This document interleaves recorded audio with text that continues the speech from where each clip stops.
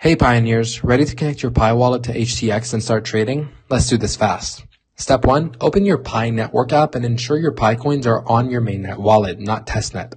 You need a migrated balance to transfer. Step 2, sign up or log into HTX. Complete KYC verification to enable deposits and trading. It's quick and secure. Step 3, in HTX, go to Assets, select Deposit, and choose Pi. Copy the Pi deposit address shown. Step 4, back in your Pi app, open your wallet, tap Send, paste the HTX deposit address, and enter the amount. Double check the address. Step 5, confirm the transaction in your Pi wallet. It may take a few minutes to process. Just check HTX to see if your Pi coins arrive. Pro tip, HTX only supports mainnet Pi deposits after the open mainnet launch on February 20th, 2025. Stay updated via Pi's network official channels.